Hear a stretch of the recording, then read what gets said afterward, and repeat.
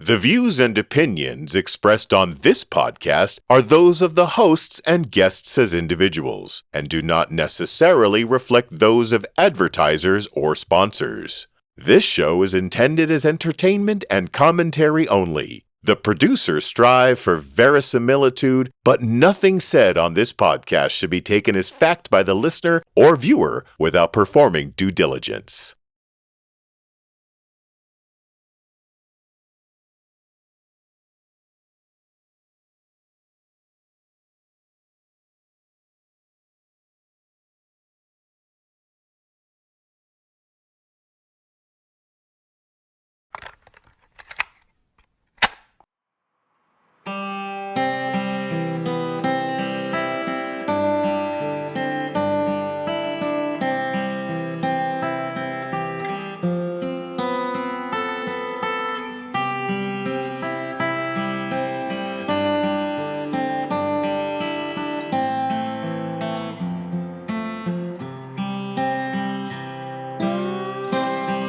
Wow, kids.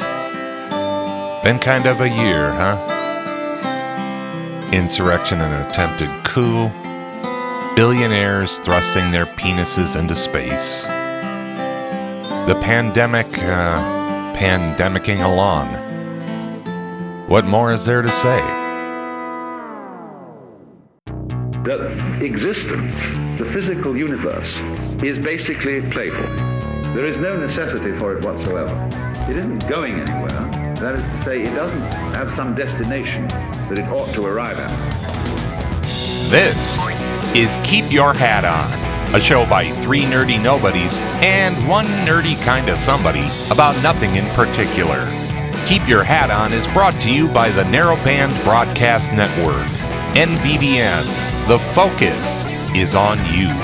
By PodsquadPDX.com. Painless podcasting, and by the kind support of KYHO fans everywhere via Patreon. Create on your own terms.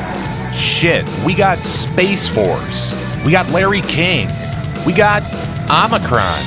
Well, maybe one of us does. Anyway, our dear Uber announcer Mr. Bramage is taking some well-deserved time off to prep for being a new doggy daddy. So let's all grab a cup of kindness, gather round the nearest fire, warm our hands, fill our hearts with hope and cheer, and push this dumpster fire of a year right off a fucking cliff, shall we?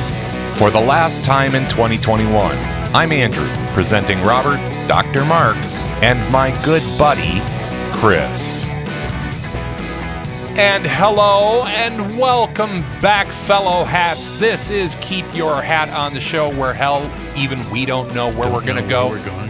Well, some of us do. Some of us know that we're going to bed really soon. It's so true, Andrew. We'll yes. get to that. I'm Andrew Scott. That wonderful sonorous tone was the throat and sinus clearing Dr. Mark Peterson. And then, of course, we've got Christopher Vacano and Robert Anthony. Hey, Chris, how the hell are you? I'm doing great. How are you? Yeah. Yeah.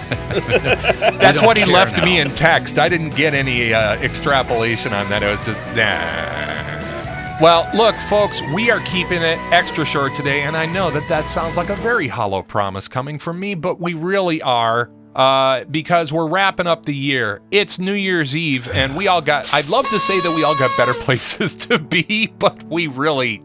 it's a fucking pandemic. Chris and I are gonna gather together probably and watch the new Matrix film. And I'm not a New Year's guy anyway. Yeah, Dr. Mark, what you. were you planning on versus what you're probably gonna wind up doing now? It's really funny. Is I haven't really been sick. I mean, I've had a couple of really serious health issues in the last 10 years, but I haven't had like a cold much, you know. And now. And now it's like, well, let's see, slightly sore throat, and I have that ick, and it feels like I have a bad cold. And these days we don't know what that is. Oh wait, do we? Yeah, we do. So we may have the big O here, babies. It's the first. It's penetrating the KYHO bubble, but only from a safe remote distance. I'm just glad it's not Omicron and not COVID. Omega, because the Omega variant is like, that can't be good, right? I mean, they'd make a movie out of that. I think they did, didn't they? I think Charlton they did, Heston too. in that one? Yeah, the Omega variant.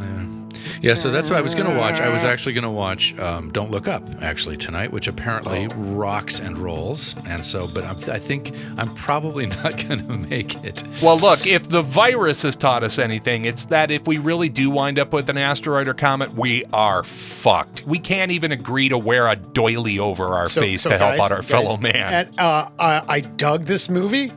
Oh, did you see it? Yes, I watched it the night it came out. All right. I could And see for where everybody for everybody who doesn't know, it's Meryl Streep and Leo DiCaprio. It is a packed list of honestly, it's a packed list of Hollywood's finest But you liberals. remember in this last presidency?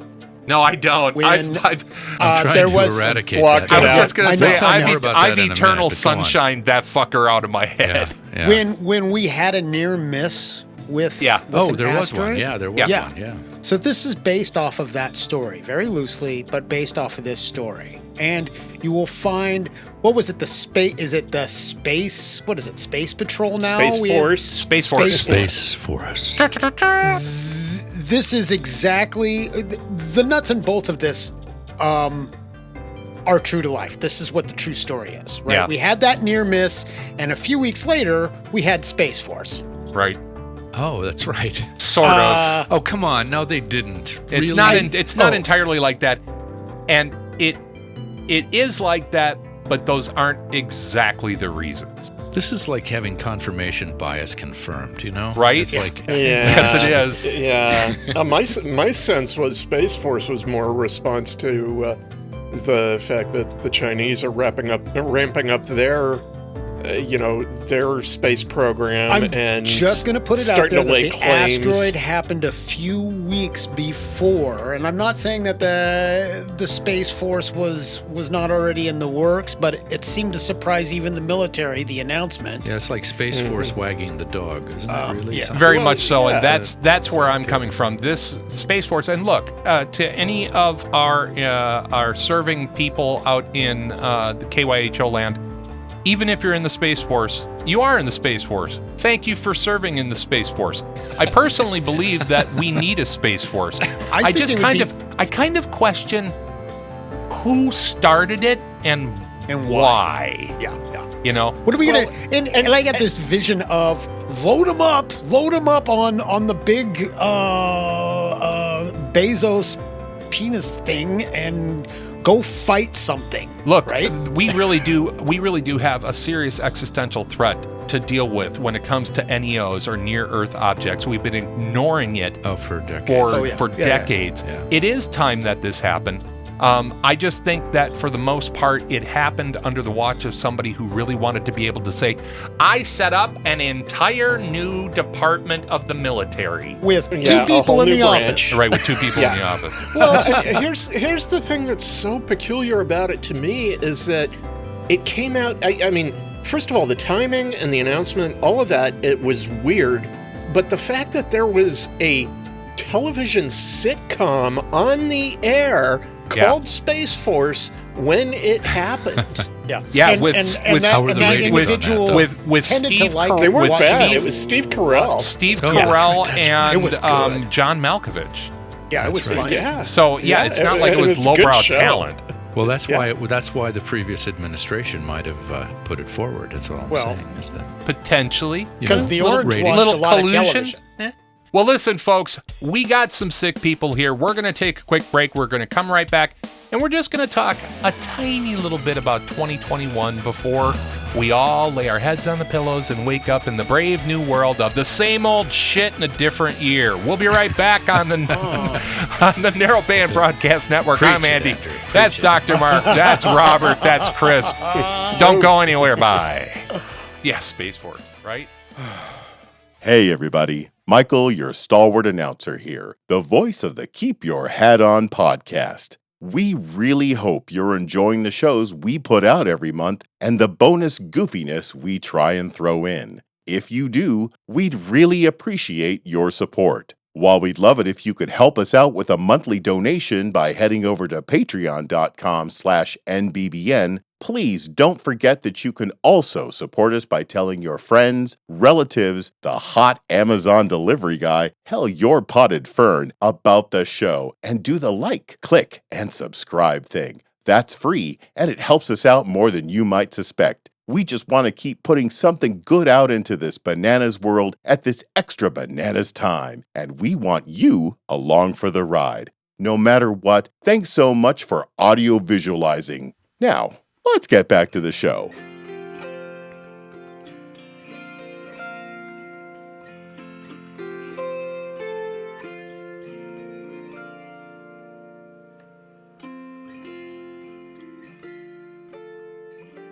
And we are back. I saw ukulele go flashing by.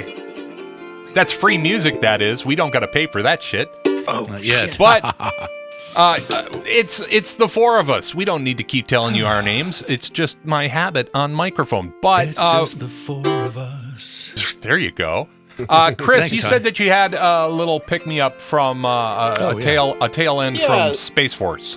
So coming into the show, I was sort of reflecting on my favorite stories from 2021 and really thinking back to, and it has been a packed year, and there have been a lot of good stories, and a lot of good interesting stories, and really my favorite story from 2021 was like back in June, the CIA dumped thousands of pages of documents regarding UFOs, Yeah. and it was met with a collective meh.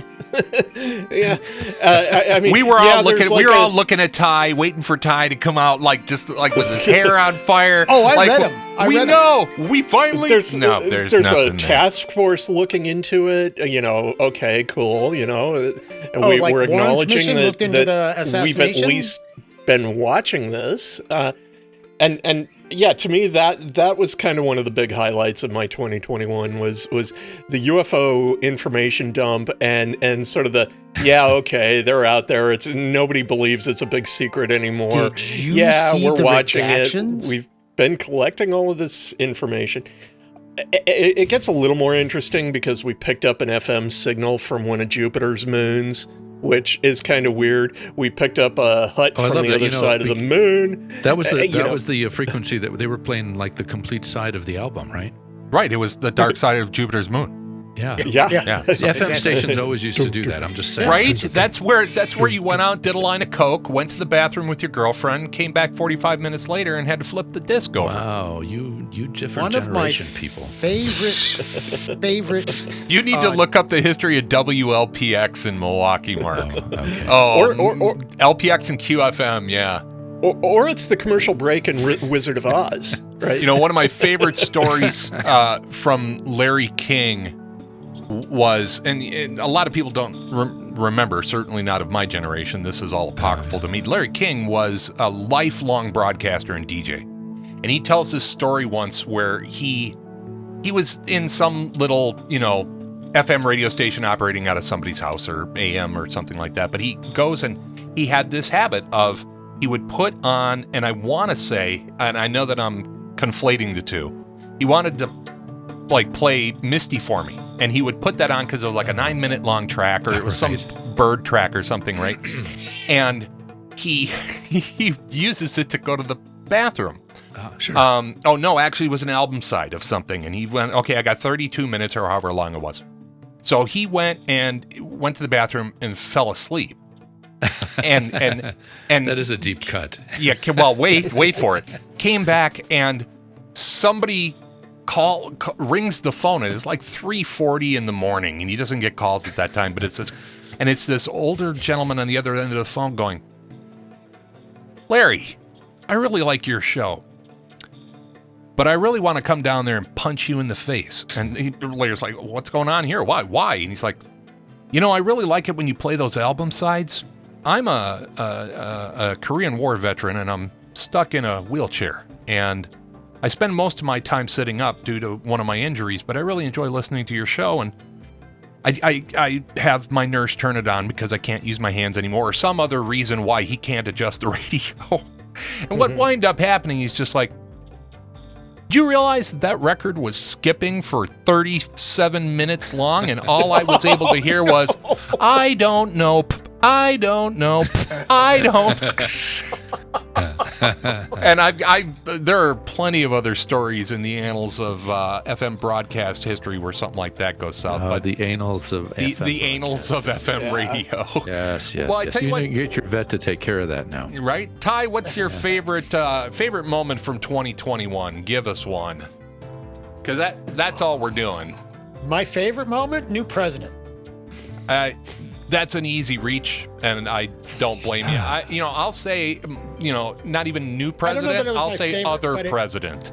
I felt like I could breathe again. I don't want to say that. No, everything's not peachy keen and rosy, but it sure was a relief to wake up and go, it's different. It's gonna be different. Then, of course, we had January 6th, but we're not going to go down that route. I was just going to say, it's not peaches and cream, and it's not that I was being part of the Grave Dancers Union or anything like that. I wasn't taking any schadenfreude out of it. But the previous president just wasn't doing a good job as far as I was concerned. And so... it was exhausting. It was very high traumatic. We're going to take years to come down off that. We all have quieter now. PTSD. Just the elevated 4 years of that elevated, oh my God, what's going on next? Waking up every day to what fresh hell is about to be unleashed on us today. There's nothing better than just, 4 years worth of rolling existential crises. Daily. It's intense. Right. Hourly. They figured out a way to cram 4 or 5 of them into a fucking day, let alone a news cycle. And so I'm with you, Ty. Just that sense of release, that let go, and being able to actually get a good night's sleep. Yeah. Well, while we're thinking about this, let me chime in on this then. This is Please. the one smart thought I've had in the last couple of months was this idea about the new year and the old year, right? And these are always depicted in popular culture, right, as the old year with a sickle, right, or a big scythe, maybe an hourglass, right, white robes and a beard, and then you got the baby new year, right? And so I've been thinking about that. It's like, what's nice? It's a fresh start, right, and so on. And he's carrying the scythe, we assume, right, to sweep away the old year. But I got to thinking about this, and I couldn't help but think that the depiction of the old year is really the Titan Kronos, right, or exactly right, or Saturn. And I was thinking, well, that seems right. But then who's the new year? And the answer is, do we remember what Kronos did with his children? What did he do? Snack food in a diaper. He ate them because he was afraid he was going to be replaced by one of them. And I got to thinking about what the metaphorical significance of this is. And here's what it came to me in just a bumper sticker, was the idea that, if you're not careful, the old year will consume the new year. Right? Yeah, Young just makes this stuff up as he goes along, but there it is. Well, I think that's what happened in 2021. Don't you think so? And it's really, and what has to happen, though, in order for the new year not to be consumed, it has to slay the old year. There you go. I'd like to look at it more as you get to come into the new year shitting indiscriminately with boobs in your face all the time. That's how I view it. Yeah, there's that. What are we looking forward to in 2022? I mean, nobody's going to say the end of the pandemic, because I think we know better now. Are we saying look forward to as in what? What things shiny, bright thing is are we hoping for, or what are we looking forward to in a realistic sense? Well, pick a side of that coin and go with it. Because on the realistic sense, I am looking forward to more quarantine. Yay! Yeah. Now, what am I looking forward to?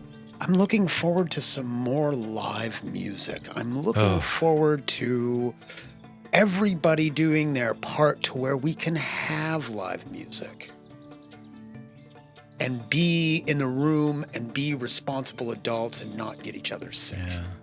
Looking for, I see where you're coming from, and the way I would frame it is looking forward to us more figuring out how to live in this new paradigm that it's not going to go away. You're absolutely right. The pandemic is not going to end. It's going to become, it's already starting to become endemic. Endemic, yeah. We're going to be living in an Is it a pan-endemic? We're going to be living with this for the rest of our days. Yeah, it's okay? an endemic. That's and the we're endemic. learning. And, there's good news and bad news on that front. Bad news is it rolls on. Good news is, as we were talking about in previous episodes, and from everything that I've seen and from a lot of things that I've been told by people much smarter than me, including my own kid, really what we're seeing here is this virus is changing in order to stay in our population for the rest of its life. And that means you can't kill everybody you infect. And so we're going to be seeing this change. What I'm looking forward to in 2022 as far as the pandemic goes is we have a number of new treatments coming online for COVID, including at home, take pills at home at the very first sign of symptoms that increase your survival rate dramatically and dramatically reduce the chance of hospitalization. We've got a bunch of other treatments coming up. One of those things that is coming out of this pandemic really interests me, and that is the use of nanoparticle technology in vaccines. To be able to, because we're all very familiar, everybody knows, I personally think that the Oxford English Dictionary for its word of the year should have put in spike protein, right. Because we're all familiar with that little son of a bitch. Vaccines work by targeting either certain modes of action or certain physical characteristics of a virus. Being able to get down to the nanoscale and to engineer shapes of particles that can only latch on to that one thing, that is going to be revolutionary. And not only that, if we can get that model to work we're not talking about, they didn't come up with this to treat COVID-19. This will treat all coronaviruses, all of them. There is the potential in the next 2 or so years to have a long-lived vaccine to treat all coronaviruses. And you ask any epidemiologist, the viruses that they are most scared of, and we're living through now, is a coronavirus, because they're zootonic viruses. They come from out of the wild, and they jump immediately into the human population. Being able to shut that door is going to be a massive medical step forward. As I was listening to you, two things. One, we made some headway on HIV/AIDS. Yep. Being able to combat that. Massive headway. That is due in part to this mRNA and implicating it. And two, the other recommendation that I have, and I did this a few weeks ago, and I'm recommending that you don't do it. I watched The Hot Zone. Oh dear. Nah, I ain't watching that shit. Yeah, it's not. I don't need more nightmare fuel time. It's not endemic food for the soul, right? Gotcha. Yeah. That's a good way of saying it. We've got, I know it's been really hard on all of us, and all you listeners out there and all you former viewers now forced to be listeners out there, that we tried to put a bit of a brave face on it in this, but this has taken a toll on all of us. But it's the test of the best of humanity. And honestly, if I have to look back through the pandemic for all the ugliness and the fact that here in the United States, we've lost upwards of 825,000 people, and that's horrible. But I've seen more good come out of this experience as well. People actually giving a shit about their neighbors for the first time. Now, yes, admittedly, if you got a neighbor on the other side of the fence who's literally on the other side of the fence of you politically, might be a totally different story. But I've repeatedly seen people both, be vitriolic and asshole-ish to each other, but also showed the greatest amount of kindness and personal sacrifice, and looking at caregivers as more than just people who punch a work clock and go, wow, you're actually fucking important. And out of all of this, I think I am most grateful for the fact that this pandemic has made us reevaluate almost every single aspect of modern life. Including space travel. Including the space farce. I am now working from home. And so being kind of self-quarantining and working at home, I'm not ready for space travel. I know that. Well, and Andy, that leads to cryosleep. Yeah, Chris. That leads to the realistic thing, or the kind of serious thing I'm looking forward to in 2022, because I feel like we are in a place where it's time for some cautious optimism. And we have all done a big step back, a reevaluation, a rethink on so many aspects of our lives. And what I'm looking forward to in 2022 is watching the Great Resignation continue. Yep. And watch it fundamentally reshape our economy, reshape the way we work, the way we treat workers. Chris, I cannot agree with you more in that I personally believe 2022 is going to be the year of the resurgence of labor. Labor, as in labor the movement. We're already seeing more pro-union stuff happening. Yeah. Hey, we're looking at you, Amazon. What's happened with Kellogg's? I mean, We'll see. Kellogg's decided they were going to try to bust the union, and the union broke their back and won. John Deere as well. Yeah, and again, Amazon of all places. And Mark, I understand that knee-jerk, we'll see, because the Borg always go away. Once you just stand up to them, they always just take off and they don't come back at all. You will be assimilated. But Amazon will have your ass. I'm weirdly hopeful about it, and I'm overwhelmed with the irony of strikers at the Kellogg's Corporation, because famously, Kellogg's back in the 1930s pioneered the 30-hour week. Yep. And when they did this, the quality of life rose spectacularly. Yeah. And what do you know? But cuts we'll into see. profits. Just saying. Hey, I'm wondering after, now we're pretty much, this last year things started, you could see rays of sunshine in terms of normalcy. I like the way you particularly do normalcy. That was the most unnormal way of doing it. Yeah, Normalcy's Restaurant. I remember that album. There you go. You can have anything you want. Then it got pulled out from under us, and we're back into this fatigue of isolation. I'm wondering what the social effects are going to be like when we all can resume what used to be the normal in terms of social constructs. It's going to be its own thing, and I think you're right in wondering about it and asking the question.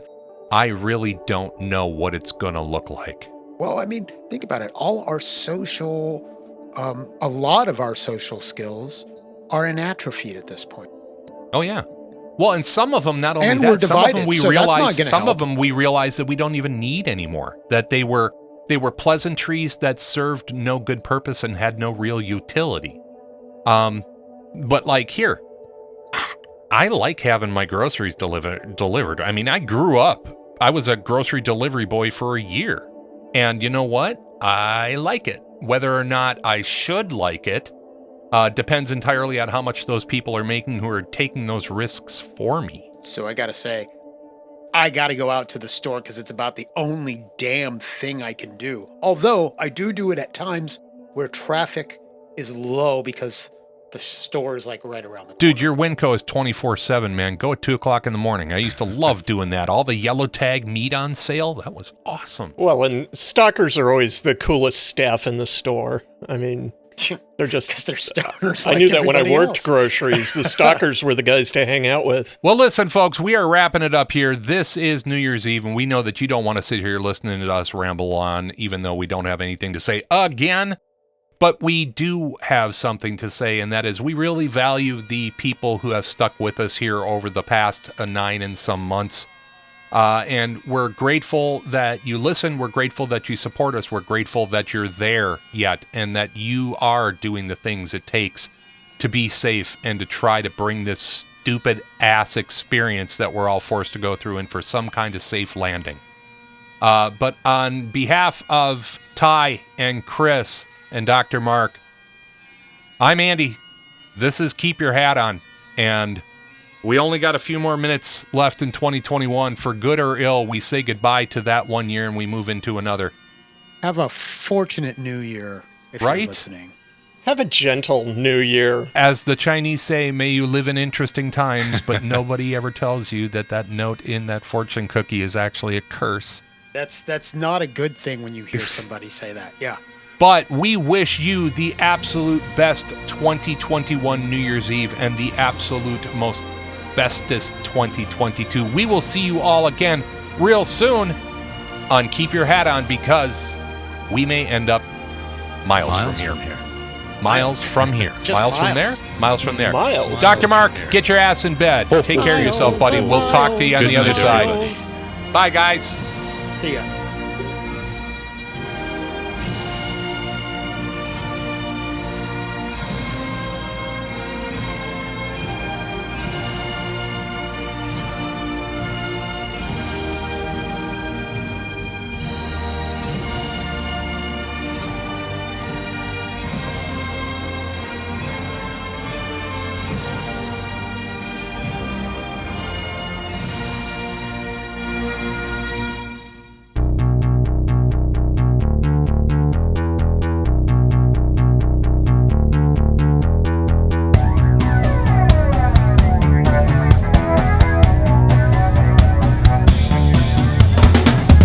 Well, there's a chunk of time you can't get back. From Portland, Oregon, this has been Keep Your Hat On, a big little show about a whole lot of nothing in particular. Keep Your Hat On is a narrowband broadcast network production in association with PodSquadPDX.com. Andrew Scott, executive producer. Robert Anthony and Chris Vacano, associate producers. Our theme music was written and produced by Andrew Scott, along with help from Ron Kajawa. Website design and maintenance by Vacano Creative, Chris Vacano Webmaster, available at vacanocreative.com. Audio and video production by Andrew Scott, available at andrewscottmedia.com. Got ideas or comments for the show? Email us at talkback@kyhopodcast.com, and don't forget to like, click, and subscribe. On behalf of the boys, I'm your announcer, Michael Brumage. Thanks for listening. I guess. Then put your little hand in mine. There ain't no hill or mountain we can't